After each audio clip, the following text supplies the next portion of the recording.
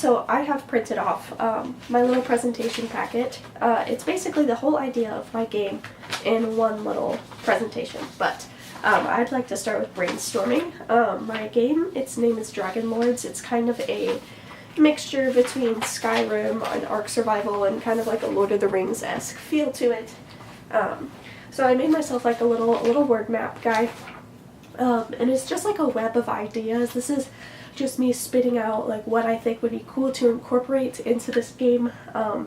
So Dragon Lords, basically you design your person, you pick what type of human or what type of being you want to be, like elf, human, or dwarf, and then you choose your dragon and you raise your dragon, and you can choose the color of your dragon, what type of dragon, like a northern dragon, southern dragon, or a coastal dragon. So I wanted that to be a main thing in the game, so I threw that down on here.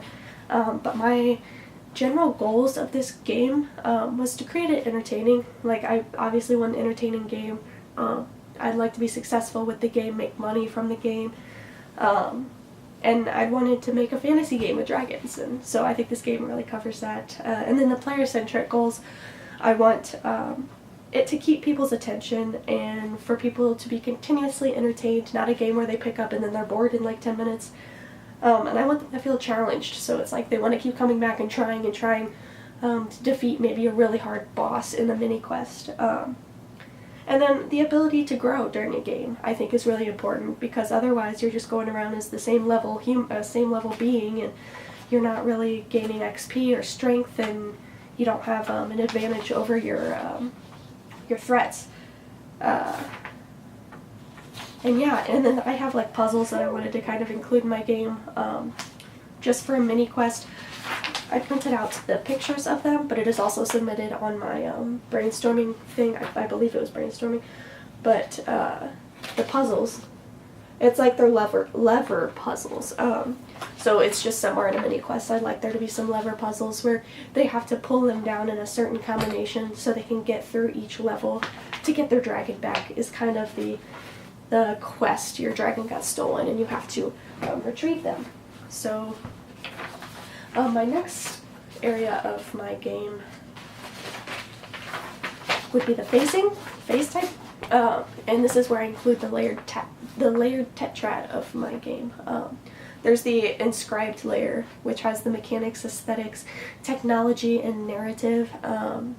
So the players with the mechanics, they'll interact with each other, obviously. There are many objects, and the main object of the game is training your dragon, and being strong and trying to be stronger than other people in the open world, in the realm.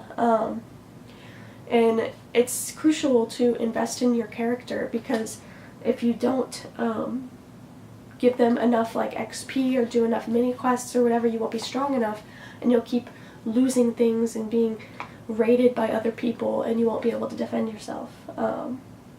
The aesthetics, it's important to understand the game to the fullest. It is very authentic, medieval, Middle-earth themed, and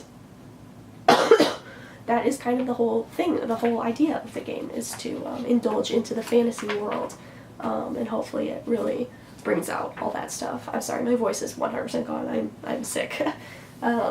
Technology, it would fall in the technology. It's like a video game, so well, it is a video game, so that is kind of heavily reliant on the programmers, and you'd probably need a PC to play this game. It's probably not something that can be played on Xbox or PlayStation, just because it's too powerful of a game. Dynamic layer, there's mechanics, and all the same things. Cultural layer, I have this all typed up in my report that I submitted, but I don't really want to get too deep into this because I'm on like a time restraint. But yeah, the dynamic layer mechanics, strategies of the game are very important to be successful when playing. Obviously, you're going to have to be strategic to defeat your mini quests and gain XP, and to be able to defeat other players who's trying to raid all your stuff and whatever. The aesthetics, the dynamic aesthets, it comes from many different aspects. When a player is fighting another player, there will be obvious chaos and frustration, bringing out anger and competitiveness in other people and yourself. when one has just completed a quest and leveled up, there will be a sense of relief and victory that should overcome you. Or if you don't, and if you failed that quest, then obviously you're going to be sad or angry. And the technology, the behavior of the technology while in the game is very chaotic, obviously. Lots of running code going on behind the scenes, and a lot of programming stuff that really isn't important to the player of this game. Narrative dynamic. The narrative of the story is formed through alliances between people and dragons. It's all about dragons, and defeating other people. Like, there's no main quest. It's about fighting other people. Kind of like World of Warcraft, I think. You're living in an open world, and you're trying to level up your character, and you want to level up your dragon and get all these different armors and that have so much strength, like whatever, to be powerful.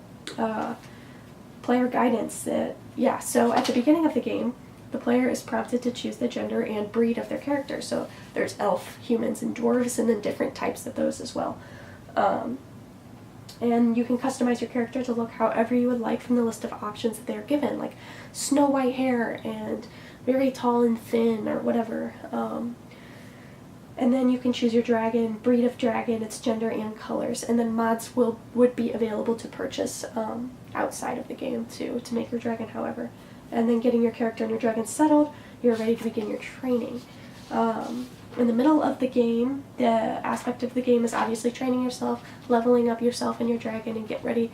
Keep doing mini quests so you can eventually become powerful. And for the ending of the game, there's no real ending of the game, really. It's more so, it's kind of arbitrary, because you can obviously max out the level 100, but it takes so long to get there, and it is very hard. Once you reach level like 75, the tasks that you are given, mini quests, become really, really hard. You have to have alliances with other players and stuff to be able to defeat those tasks. But yeah, and then the last part of my presentation is the prototype. So I made up this little map online.